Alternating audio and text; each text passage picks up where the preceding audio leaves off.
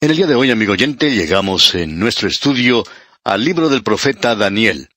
Y debemos comprender que para nosotros este es uno de los libros más emocionantes de la Biblia. Por supuesto, se trata de un libro profético.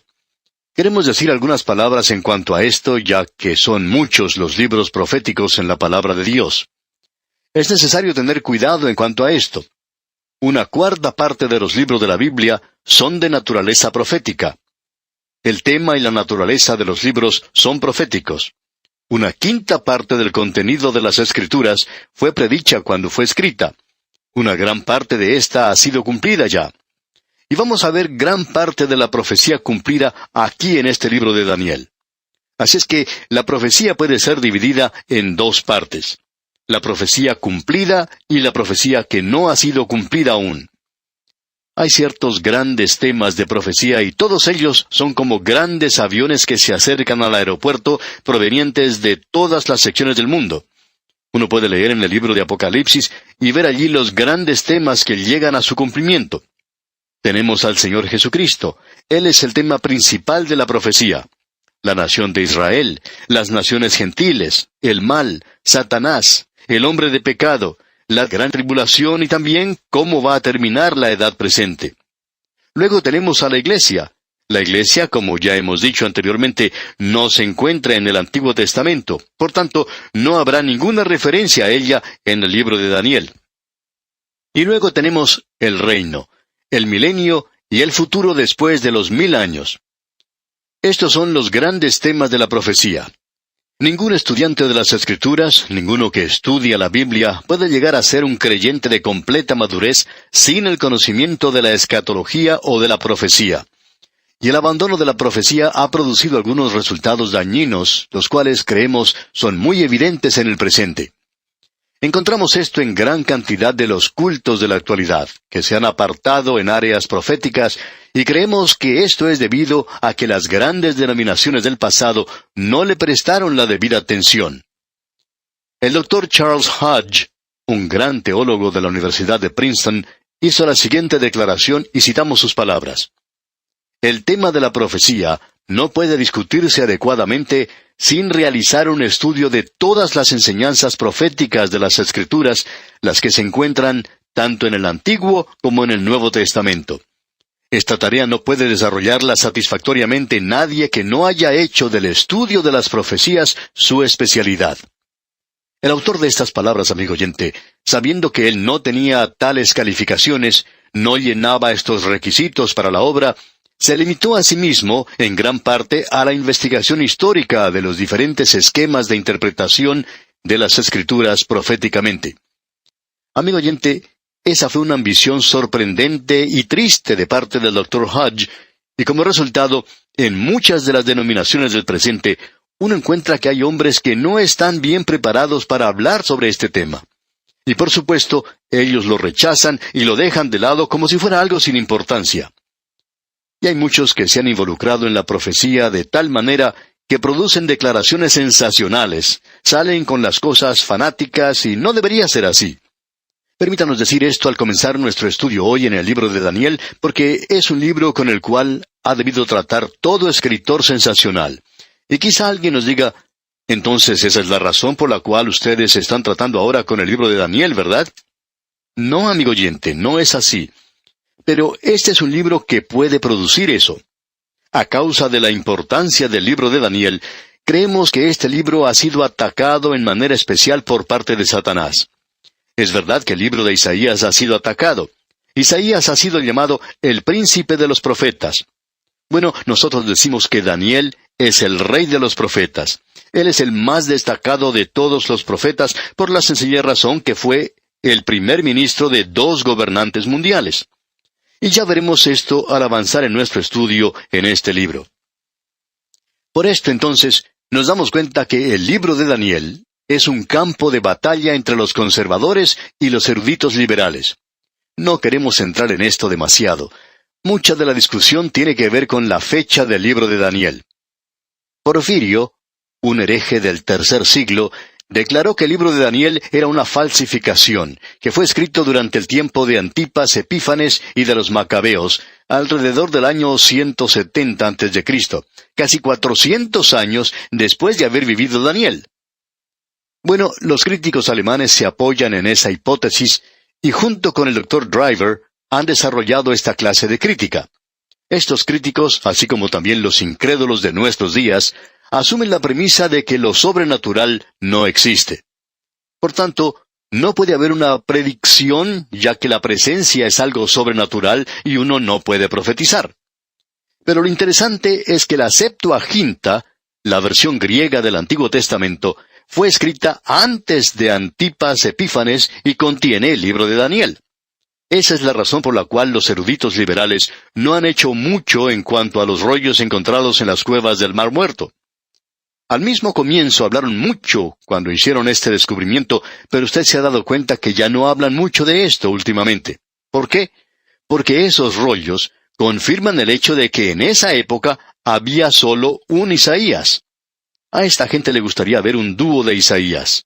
Y hay algunos que gustarían ver un trío de Isaías. Pero lo interesante es que los pergaminos del Mar Muerto están muy vivos en el presente.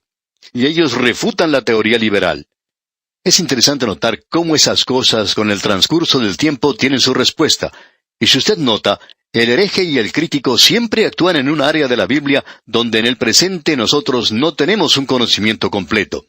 Así es que si uno va a especular, y ellos siempre especulan, y por esa razón uno puede especular de cualquier manera que quiera, y ellos especulan de una manera equivocada.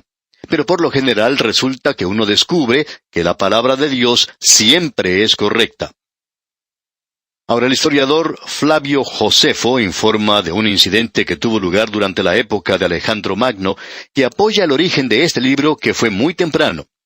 Cuando Alejandro Magno se acercó en su invasión al Oriente Cercano, el sumo sacerdote Jadua salió a encontrarse con él y le mostró una copia del libro de Daniel. Esto se menciona claramente, y eso causó tal impresión en Alejandro Magno que en lugar de destruir a Jerusalén, entró a la ciudad en son de paz y adoró en el templo. Sí, amigo oyente, debemos decirle que esas cosas contradicen a los críticos. Sin embargo, hay personas que actúan ciegamente en el presente. Es por eso que no queremos entrar en el prólogo de estas breves notas en un argumento sin valor y discutir en cuanto a las cosas que ya han sido solucionadas. Debemos decirle que aceptamos los descubrimientos de los eruditos conservadores de que Daniel no era un engañador, y que este libro no era una falsificación. Pensamos que las declaraciones que hizo Eusic vienen muy bien aquí. Él dijo: el resto de lo que se ha dicho es nada más que una suposición insolente contra las Escrituras basadas en la incredulidad. Y fue Sir Isaac Newton quien dijo: el rechazar a Daniel es rechazar la religión cristiana. El Señor Jesucristo llamó a los fariseos hipócritas, pero Él llamó a Daniel el profeta. Y eso es interesante. Por supuesto que nosotros estamos de acuerdo con el Señor Jesucristo. Nosotros llamamos a Daniel profeta y llamamos a estos críticos hipócritas. Así es como pensamos y por supuesto podríamos estar equivocados. Usted debe notar que el Señor Jesucristo no cambió este orden o arreglo y la ratificación del Señor Jesucristo es válida y suficiente para todo creyente, así haya o no haya examinado los argumentos de los críticos. Satisface al santo sincero sin que éste haya tenido que estudiar la respuesta de los eruditos conservadores. Reconocemos que de Daniel se habla en el Nuevo Testamento y como profeta. Ahora esto nos lleva a decir algunas palabras en cuanto a Daniel mismo, antes de entrar de lleno al libro de este profeta. Creemos que se conoce más de Daniel que de cualquier otro profeta. Tenemos una historia personal de su vida desde el momento en que fue llevado cautivo a Babilonia, y eso ocurrió en el año 3 del reinado de Joacim, alrededor del año 604 o 606 a.C., hasta el primer año del rey Ciro, que fue alrededor de 536 a.C. La vida y el ministerio de Daniel unen los 70 años de la cautividad. Al comienzo del libro, ese muchacho adolescente es al final un anciano de unos 80 o más años. Aquí tenemos lo que Dios pensaba de Daniel. Daniel, varón muy amado. Yo no quisiera ser un crítico y llamar a Daniel un falsificador. Algún día me voy a encontrar cara a cara con Daniel en el cielo, y allí voy a descubrir que él tiene una reputación muy buena, un hombre muy amado. A mí me gustaría que los críticos tuvieran esa clase de reputación en el cielo y en la tierra. Ahora hay 3 palabras que caracterizan la vida de Daniel: propósito, oración y profecía. En primer lugar, Daniel era un hombre de propósito. Ya vamos a ver eso. Cuando el rey decretó que todos tenían que comer la misma cosa, Daniel y sus amigos decidieron que ellos iban a obedecer la ley de Moisés. Él era un hombre de propósito. Y vamos a encontrar mención en cuanto a esto a través de todo este libro. Este hombre se mantuvo firme y tuvo el valor de hablar la palabra de Dios. Que Dios tenga misericordia de los hombres que dicen ser mensajeros de Dios a este mundo, pero que no tienen el valor de declarar la palabra de Dios. Gracias a Dios por aquellos que lo están haciendo en el presente, y hay muchos, por cierto, que lo están haciendo. Ahora, Daniel también era un hombre con un propósito. Amigo oyente, el estudio de la profecía no le va a llevar a usted al fanatismo o al sensacionalismo. Le va a llevar a usted a una vida de santidad y de temor de Dios. Juan dijo allá en su primera epístola, capítulo 3, versículo 3, «Y todo aquel que tiene esta esperanza en Él, se purifica a sí mismo, así como Él es puro». Daniel no era solamente un hombre de propósito, sino que era un hombre de oración. Tenemos varias menciones de esto. De paso, digamos que fue la oración la que llevó a este hombre a parar al foso de los leones. ¿Qué le parece eso como respuesta a la oración, amigo oyente? Bien, debemos decir que Daniel era un hombre de oración, y veremos eso al leer este libro. Pensamos que la profecía y la oración son 2 cosas que andan juntas. Ahora, Daniel era también un hombre de profecía. El libro de Daniel, como veremos, se divide en 2 partes iguales. La primera parte es histórica, y la segunda parte es profecía. Y vamos a ver en esta sección en particular que Daniel tiene mucho que decir, aún en su primera sección, en cuanto a la profecía. Y mucho de esto, digamos de paso, ya ha sido cumplido. Creemos que el libro de Daniel fue escrito entre los años 606 y 536 antes de Cristo, durante ese período. Ya veremos por qué hacemos esta declaración en cuanto a este libro. Ahora, dijimos hace un momento que uno puede dividir a este libro en 2 partes iguales.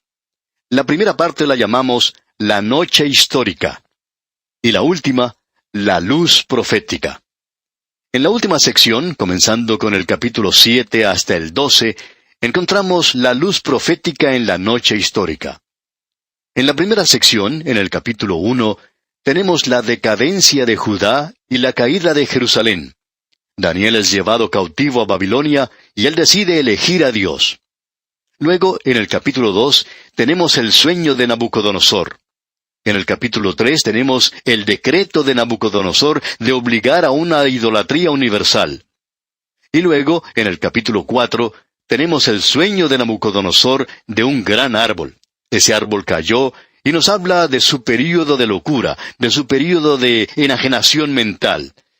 Y luego, en el capítulo 5, se predice la caída de Babilonia. En el capítulo 6 tenemos que un decreto de Darío coloca a Daniel en el foso de los leones. Y vamos a tratar de seguir este bosquejo, y en el día de hoy queremos por lo menos llegar al umbral de este libro en el capítulo 1. Y esperamos que usted tenga ante sí nuestras notas y bosquejos, porque esto va a ser de mucha ayuda en este estudio. Si no las tiene todavía, todo lo que usted tiene que hacer para recibirlas es escribirnos, como hemos dicho antes, y con todo gusto se las enviaremos a su dirección sin costo alguno de su parte. Así es que, escríbanos hoy mismo. Al seguir nuestro estudio en este libro de Daniel, vamos a entrar en mucho detalle aquí. Creemos que la clave de este libro se encuentra en el capítulo 2, versículo 44, donde dice: «Y en los días de estos reyes, el Dios del cielo levantará un reino que no será jamás destruido, ni será el reino dejado a otro pueblo. Desmenuzará y consumirá a todos estos reinos, pero él permanecerá para siempre». Ahora, en el capítulo 1 tenemos, como hemos dicho, la decadencia de Judá, la caída de Jerusalén. A Daniel se le lleva cautivo a Babilonia, y él decide ser fiel a Dios. En los primeros 5 versículos tenemos la decadencia y la caída de Jerusalén, así como también la batalla de Nabucodonosor. Luego, en los versículos 6 al 14, tenemos la decisión de Daniel, uno de los cautivos, de ser fiel a Dios. Y luego, en los versículos 15 al 21, tenemos la vida de Nabucodonosor en el desarrollo de Daniel y sus tres amigos. Veamos la caída y la decadencia previa de Jerusalén en manos de Nabucodonosor, rey de Babilonia.